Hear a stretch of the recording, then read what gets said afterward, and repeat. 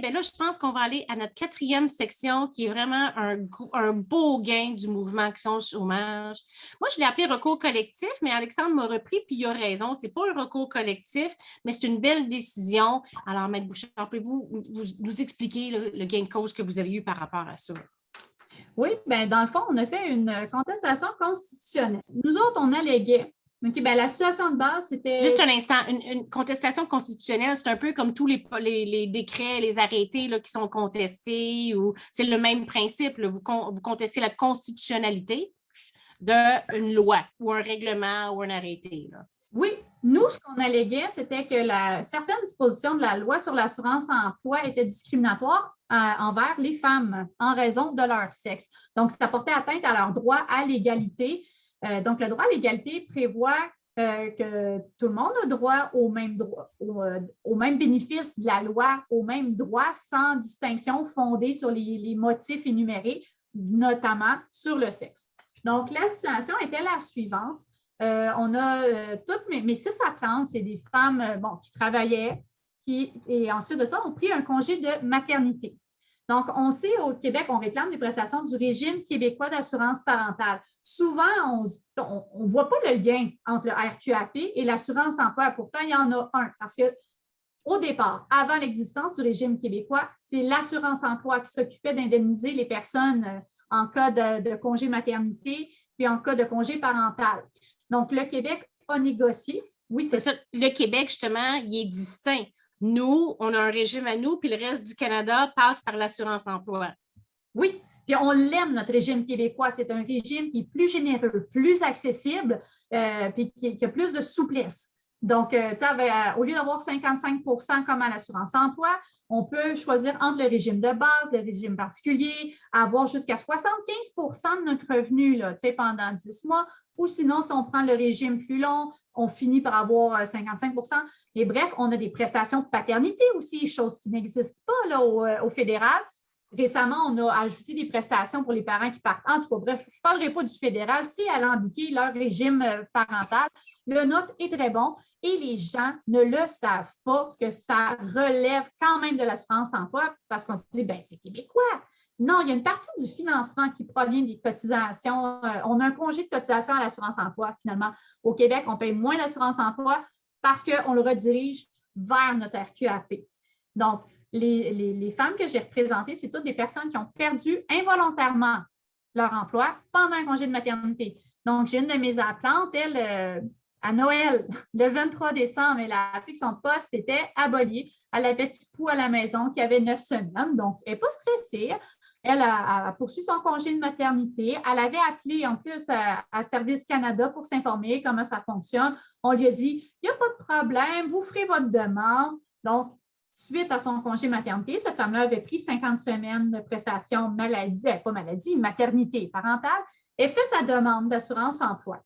Elle reçoit une lettre lui indiquant « Madame, vous avez accumulé 0 heure d'emploi assurable durant votre période de référence. » Là, la madame a dit « C'est normal, j'étais en congé de maternité, je n'ai pas travaillé. » Donc, c'est là qu'elle est venue nous voir. Puis là, puis ça faisait longtemps qu'on entendait parler de cette histoire-là. Donc, on s'est dit, OK, on va faire de l'activisme judiciaire. On a fait des campagnes, on a fait des pétitions, on a rencontré des députés, on a fait tout le gros kit parce que c'est ça le rôle de notre organisme, c'est d'essayer de mobiliser des acteurs pour faire avancer des droits. Mais bon, ça ne donnait pas grand-chose. Donc, on s'est dit, OK, on va faire une contestation. Nous, on pense que les femmes sont discriminées dans ce cas-là parce que dans la majorité des cas, ce sont les femmes qui vont s'absenter temporairement du marché du travail suite à la naissance d'un enfant. Donc, on a beaucoup de préjugés encore aujourd'hui. Là. Ah oui, mais les mamans vont vouloir rester à la maison. Non, c'est faux. Aujourd'hui, là, au prix qui sont les loyers, les hypothèques, et tout, on a besoin de 2 salaires. 50 de la population active est composée de femmes. OK, les femmes travaillent, mais les femmes enfantent, puis elles enfantent toutes seules. L'avenir à date, c'est 100 des femmes qui accouchent, 0 d'hommes. Donc, on part comme ça. Donc, les femmes prennent les prestations maternité. Ensuite, la majorité du temps, ce sont elles qui vont prendre le congé parental. Pourquoi? Parce qu'elles allaitent, parce que c'est encore un rôle social, c'est culturel, c'est biologique, écoute, c'est la réalité. On ne peut pas se boucher les yeux, les femmes prennent le congé. Donc, plus de 50 des femmes vont prendre 50 semaines. Donc, si je suis en congé pendant 50 semaines, pour un motif légitime, j'ai le droit de m'absenter temporairement. Puis j'insiste, c'est temporaire. La majorité des femmes retournent à l'emploi quand elles en ont un. Là. Il y a à peu près 4 à 6 des femmes qui vont choisir de demeurer à la maison. Puis ça, c'est un chiffre qui va être aussi plus important au Canada parce qu'ils n'ont pas accès aux services de garde comme nous ici avec les centres de la petite enfance qui favorisent vraiment le maintien de la femme sur le marché du travail. Aussi, une autre, donc là, je venais de vous dire que la femme s'est fait dire, mais madame, vous avez 0 heure d'emploi assurable durant votre période de référence. La loi prévoit la prolongation de la période de référence jusqu'à 104 semaines. Par contre, je ne dois pas avoir touché de d'assurance-emploi ou de RQAP pour avoir droit à la prolongation. Peux-tu t'interrompre une seconde? Est-ce que c'est la même analogie qui peut s'appliquer aux accidentés du travail puis de la route? Sais-tu ou par rapport, tu sais, des fois, tu es accidenté, là, tout d'un coup, indemnité de remplacement de revenus, donc tu ne cotises pas. Tu ne cotises pas. Là, effectivement, là, tu fais une demande parce que tu veux, là, tu es apte à travailler, puis ton emploi, ben, tu n'as plus d'emploi. Donc, est-ce que tu peux faire une demande à l'assurance-emploi? Rétroactif 104 semaines, c'est ça? Oui.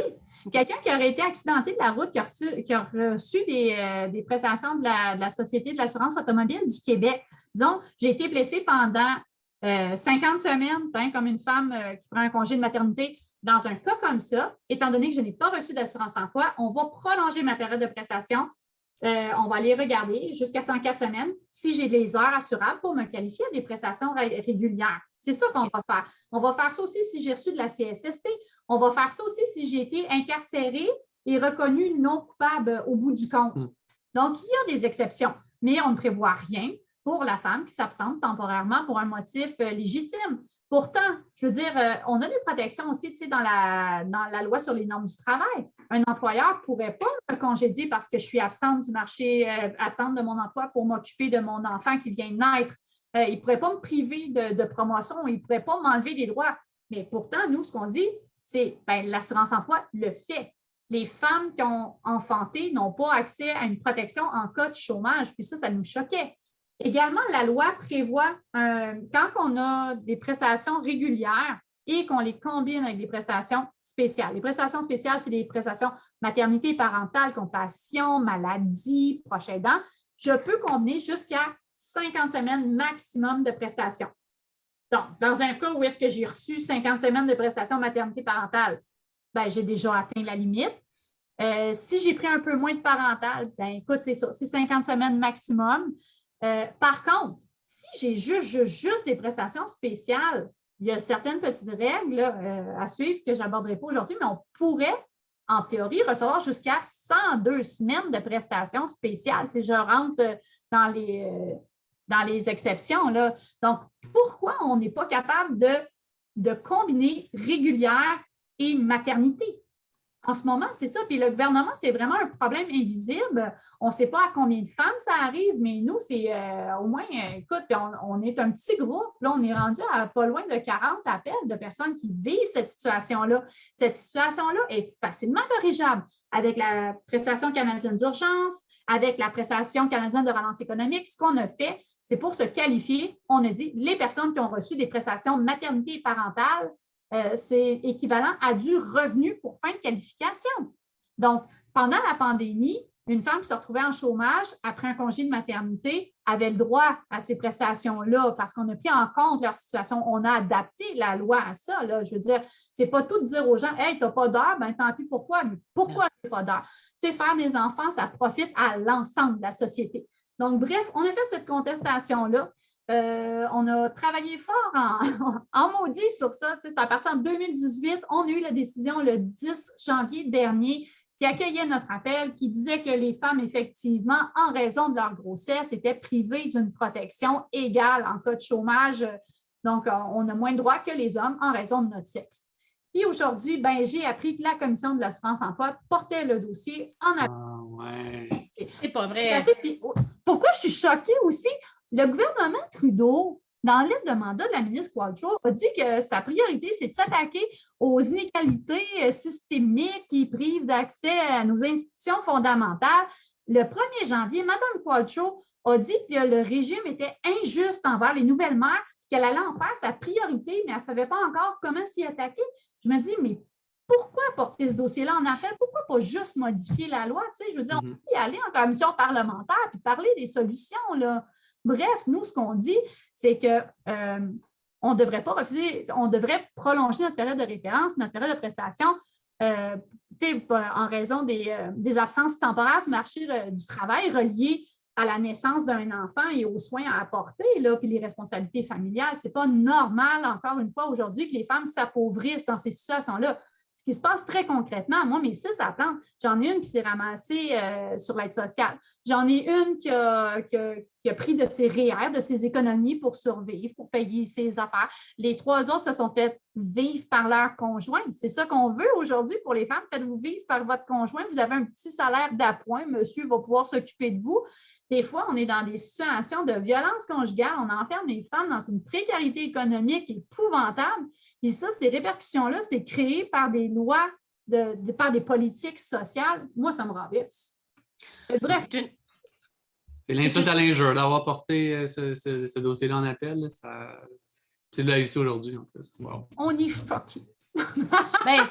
Dans le fond, moi, je regarde ça. Là, vous avez eu 1, 2, 3, 4, 5 journées de cours, dont la première date d'audience date le 27 octobre 2020. On a un jugement le 10 janvier 2022 qui est super raisonnable, là, qui est logique. Puis là, encore, on va le porter en appel. L'administration, elle ne s'est pas qu'en plier le genou puis dire qu'elle a tort. Ça veut dire que ces dames-là n'auront encore aucun sou de ça. Plus le mouvement Action Chômage va perdre combien de temps et d'énergie sur ce dossier-là encore? À suivre. À suivre. J'ai hâte de voir tout ça. On va être obligé de refaire un autre podcast sur le sujet. Je pense qu'on a fait pas mal le tour. Avez-vous des commentaires à ajouter? Je pense qu'on a pas mal fait ça. Oui. On vous tient tout le temps plus longtemps, je pense. C'est tellement intéressant, ça passe trop vite. Mais c'est ce qu'il faut, ça veut dire que c'est bon signe, ça veut dire qu'on explique, qu'on comprend, on en jase. Puis il n'y a pas beaucoup de plateformes qui nous permettent de jaser de loi comme ça. Puis c'est pour ça qu'on aime tellement, je suis contente de faire ce podcast-là, puis que les gens viennent comme ça. Surtout la relève, là, je trouve ça vraiment intéressant. Là, honnêtement, Thomas, là, tu as de meilleures connaissances sur l'assurance-emploi que moi, j'en ai. Là. Fait que vraiment, je te félicite là-dessus. Là. Merci beaucoup. Merci à vous. Bon, c'est bon. Fait que je vais vous souhaiter une bonne soirée. On va avoir fait le tour. Puis j'ai le goût de vous dire à la prochaine parce que c'est sûr qu'il y a des modifications qui s'en viennent. Puis on n'est pas sûr que si ça se termine. Puis on suppose qu'on s'en va avec ça. On ne sait pas si la COVID va terminer, mais on sait que les mesures, en principe, devraient terminer. Alors, on verra où on en est rendu à la fin de la saison. Fait que merci beaucoup. Je vous souhaite une bonne soirée. Merci beaucoup d'être venu. Merci de l'invitation. Bye bye. Bonne soirée. Merci à vous deux. Bye bye.